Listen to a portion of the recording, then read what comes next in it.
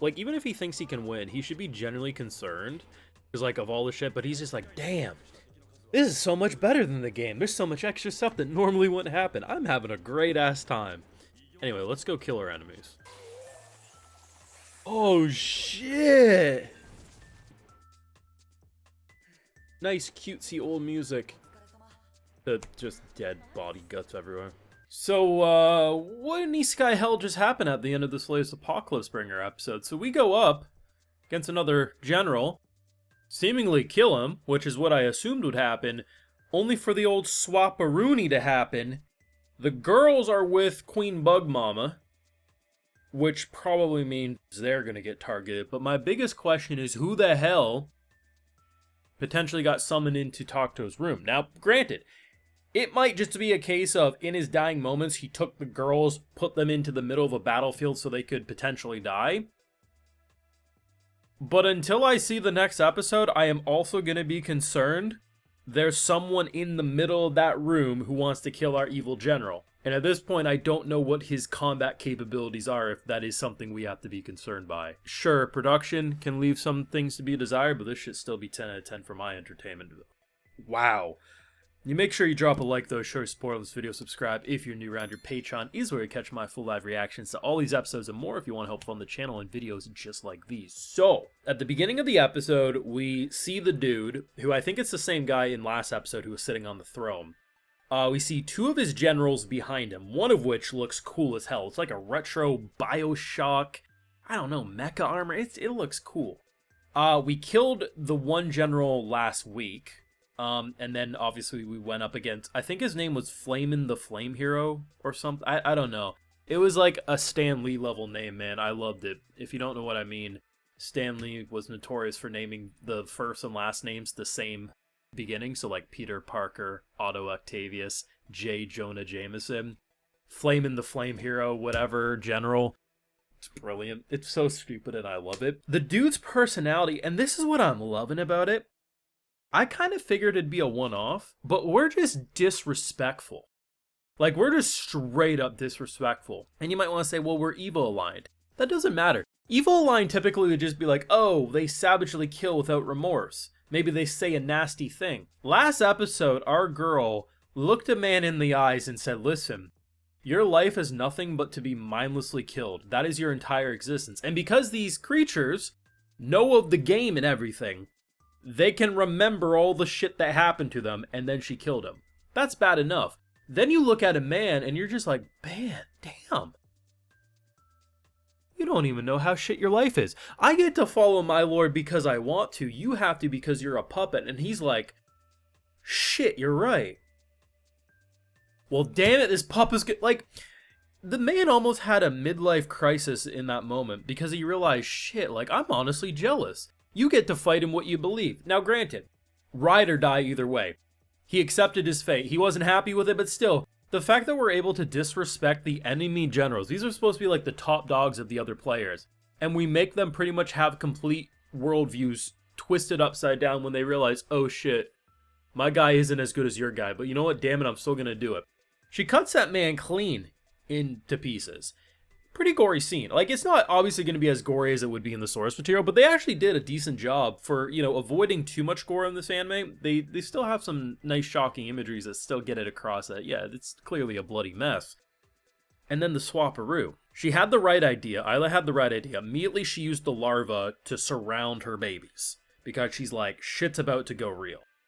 Either that man's about to self-destruct and kill them in the process, I don't know, but like, he had some skill there that allowed for them to screw us over. Like, she was in the middle of contacting our boy, and communication got cut off. The thing that I think is gonna bite our boy in the ass, he's pretty convinced that 4X games, the characters are stronger than the RPG characters, because of what we've experienced in the first battle last week.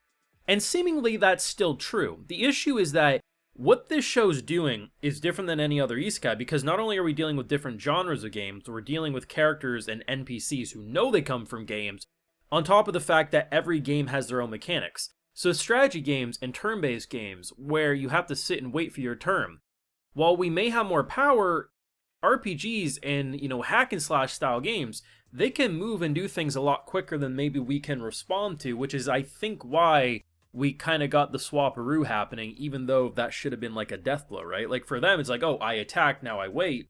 But he was, even in his death moments, able to pull that off. That's concerning, because depending on how the games continue to open up, both on an RPG side and anything else they might deal with, there could be stuff that our boy's not familiar with, and despite his confidence here, I think it's gonna get bloody real quick. I mean, I appreciate that he's a bit of a psycho when he hears, ooh, this is gonna be a challenge. He gets a big Grinch who stole Christmas smile. He's like, hee, it's gonna be dead. Like, evil aligned, I appreciate it, but I've been saying it for a hot minute. What makes someone like Takuto more of an interesting evil character is he's like lawfully evil. He's not, I kick puppies for fun. It's, oh, peace talks? Sure. Cool, allies. You want to kill me? Oh, I'll put your head on a stake. Like, that's who he is as a person. If you give him an excuse to be a savage monster, he will do so with a grin on his face. However, he's not just cruel for the sake of being cruel, and that's a more interesting evil dynamic than just, we evil, we strip your flesh. That grows boring a lot more quickly than the guy who can make your guard drop every other episode, and you're like, oh, he's actually, like, he's a reasonable... Oh, shit! War crimes, I forgot he's capable of that. This show has been a treat. Top 5 of the season for me, if we're looking at brand new shows and, like, we're not considering sequels and carryovers and the like. Which is what I always try to do on a new anime season. I try to give the new shows, like, their honest shake. And this one has been awesome. It's an isekai, so that means we usually get at least 2 seasons minimum, which is nice. Not always used to be the case, but for like the past like 5 to 8 years, that's kind of what happens. If you got Isekai in your name, you got a damn good shot of being a sequel, which is nice.